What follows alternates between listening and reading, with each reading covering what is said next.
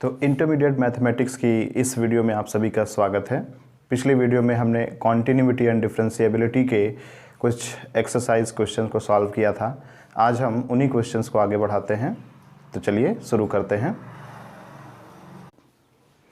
तो क्वेश्चन हमारा कुछ इस प्रकार है कि f के सभी असामतत्य यानी कि डिसकॉन्टिन्यूटी वाले पॉइंट्स को हमें ज्ञात करना है और जो फलन हमारा है वो कुछ इस प्रकार से परिभाषित है।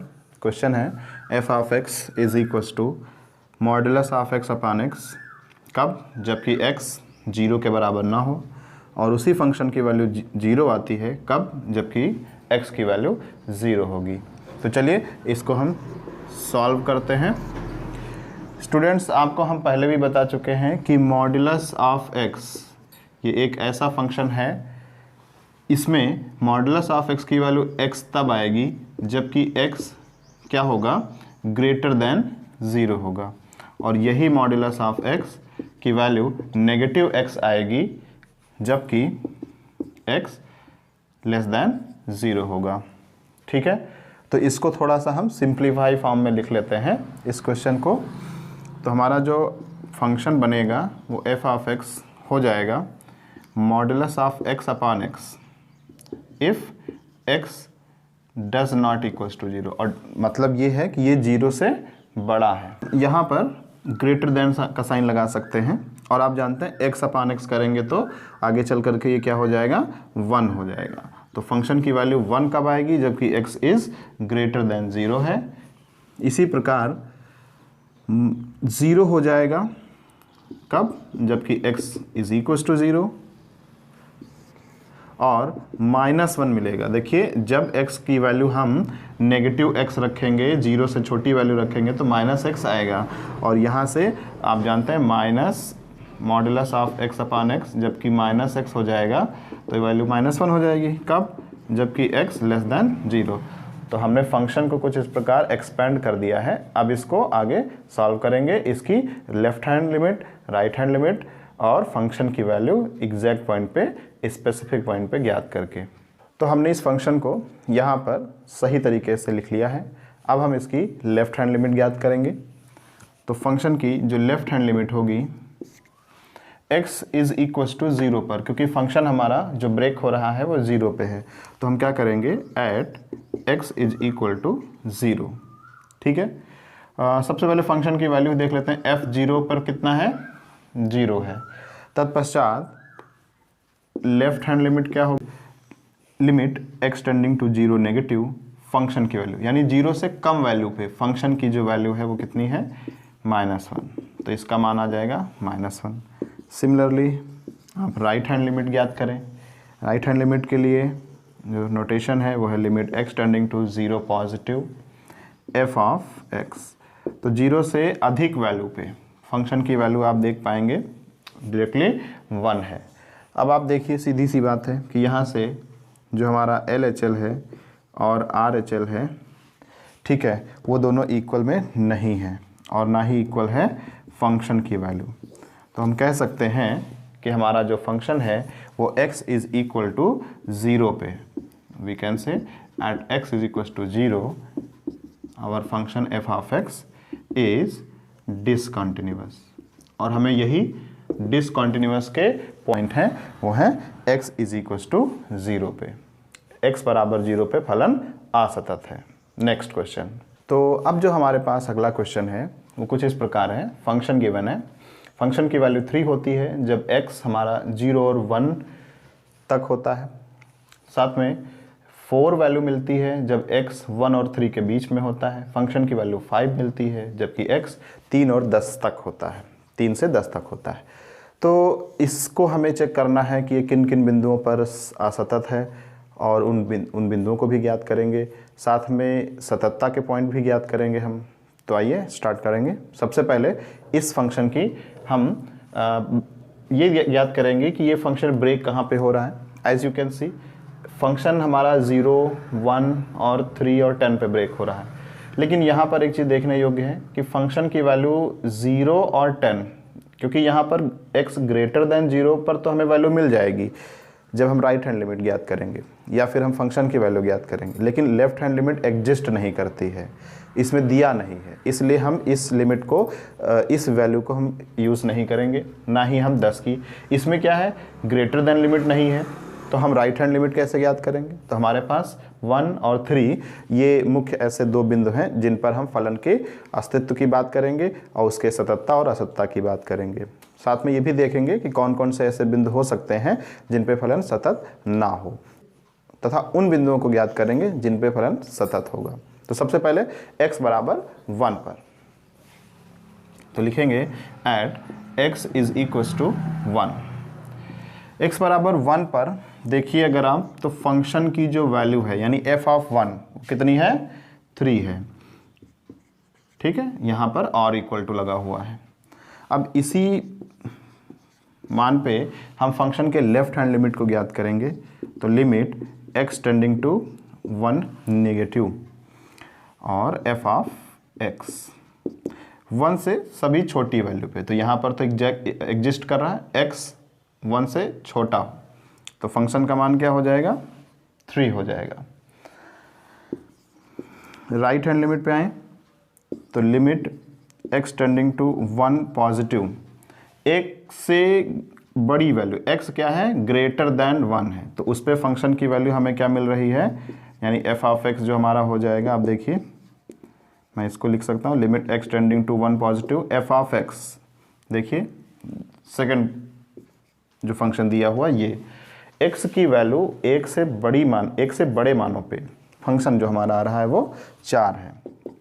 अब आप खुद ही देख सकते हैं कि जो लेफ्ट हैंड लिमिट है राइट हैंड लिमिट है इक्वल नहीं है, तो left hand limit right hand limit does not equals, साथ में फंक्शन की वैल्यू, तो हम कह सकते हैं कि x बराबर 1 पर फलन जो है डिसकॉन्टिन्यूट है, फलन x बराबर 1 पर डिसकॉन्टिन्यू है।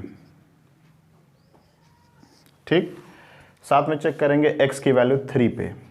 चलिए इधर देख लेते हैं, तो लिखेंगे at x is equals to 3, तो x बराबर 3 पे फंक्शन का मान क्या होगा? देखिए यहाँ पर देखिए ये तो 1 और 3 के बीच में है, ये तो सब 0 और 1 तक हैं, तो फंक्शन की वैल्यू x जब बराबर होता है 3 से तो फंक्शन का मान होता है 5। ठीक, लेफ्ट हैंड लिमिट चेक करेंगे, limit x tending to 3 negative, 3 से सभी छोटी वैल्यूज़ पे फंक्शन हमारा कहाँ है, उसकी वैल्यू क्या है? x लेस देन 3, 3 से छोटी वैल्यू। ठीक है, तो आप देखेंगे कितनी वैल्यू है इसकी? 4 है। राइट हैंड लिमिट चेक करिए, व्हेन x इज 3 पॉजिटिव, 3 से बड़ी वैल्यूज़, यहाँ पे फंक्शन की वैल्यू क्या है? 5 है। Again you can see LHL does not equals to RHL, इसलिए हम कहेंगे कि हमारा जो फंक्शन है वो डिसकॉन्टिन्यूट है, डिसकॉन्टिन्यूअस है at x is equals to 3 f(x) is discontinuous. तो हमें ये तो ज्ञात करना था कि फंक्शन किन किन बिंदुओं पर असतत है, उन बिंदुओं को ज्ञात करना, तो ये 1 और 3 पे आ गए। लेकिन क्या ये 1 और 3 के अतिरिक्त कुछ ऐसे भी पॉइंट्स हैं जिनके लिए ये सतत हो, कॉन्टिन्यूअस हो? Let's check. ओके, अगर हम इस फंक्शन के ग्राफ को बनाएं तो उससे काफ़ी कुछ चीज़ें क्लियर हो जाएंगी कि हमारा फंक्शन कब सतत है कब असतत है। तो चलिए इस फंक्शन को ग्राफिकली समझते हैं। हमने यहाँ पर फंक्शन की वैल्यू 0 से लेकर के 10 तक x की वैल्यू है, x की वैल्यू 0 से 10 तक जा रही है और फंक्शन हमारा 3 to 5, तो इसलिए हम इनको रेगुलर इंटरवल्स में कन्वर्ट कर ले रहे हैं। x is equals to 1 2 3 4 5 and so on, और फंक्शन की वैल्यू जो है वो 5 तक गई है, 1 2 3 4 5 6 एंड सो ऑन, और इसकी वैल्यू नेगेटिव नहीं, इसलिए हमें अदर एक्सेस बनाने की आवश्यकता भी नहीं है। अब आप देखिए फंक्शन कह रहे हैं x की वैल्यू जबकि 0 या उससे बड़ा हो तो 3 है, यहाँ पर x का मान 0 है, यहाँ पर भी x का मान 0 है, लेकिन फंक्शन की वैल्यू 0 या 0 से बड़ी वैल्यू और 1 या 1 से छोटी वैल्यू तक 3 है, यानी 0 से 1 तक हमारा फंक्शन क्या है?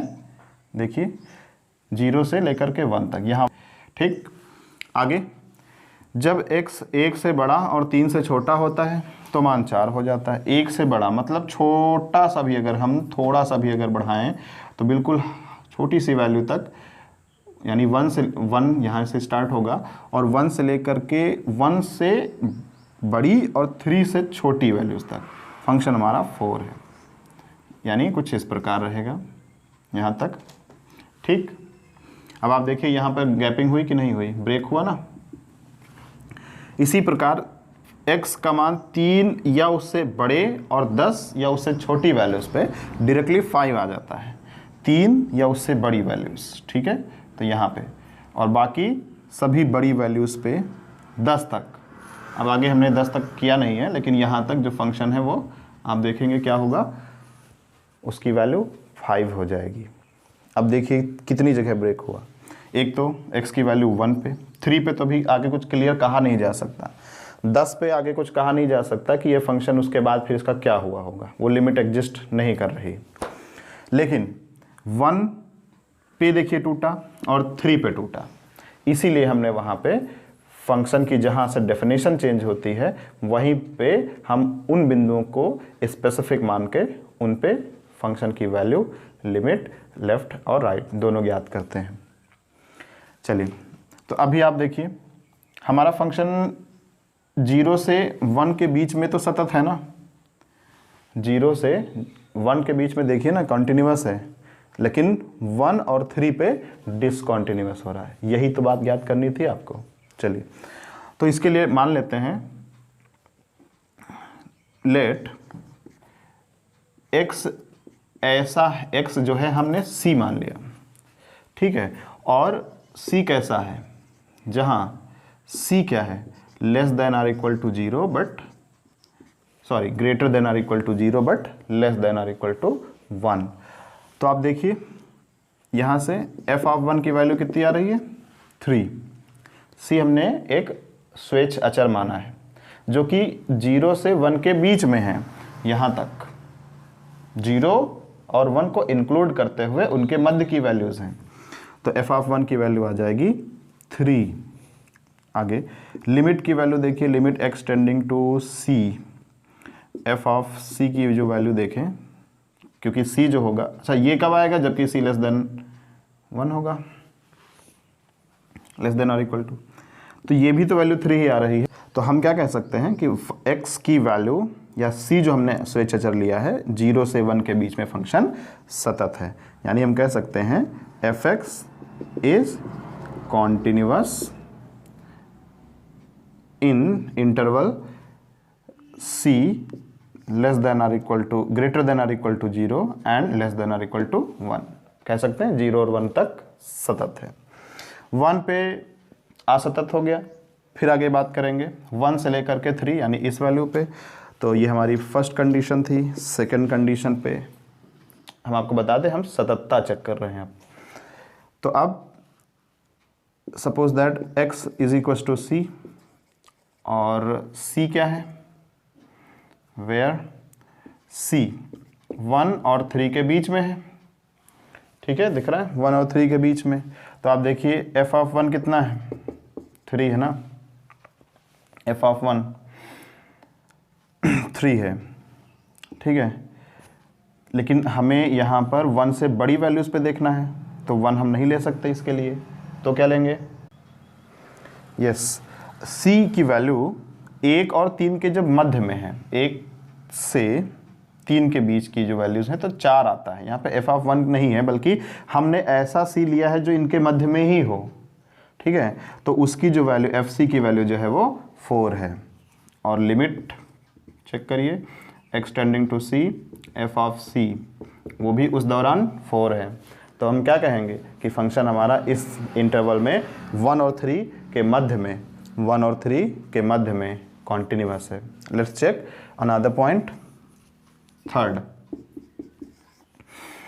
एक ऐसी कंडीशन जबकि हमारा c क्या हो, when c greater than 3 but less than or equal to, greater than or equal to 3 but less than or equal to 10।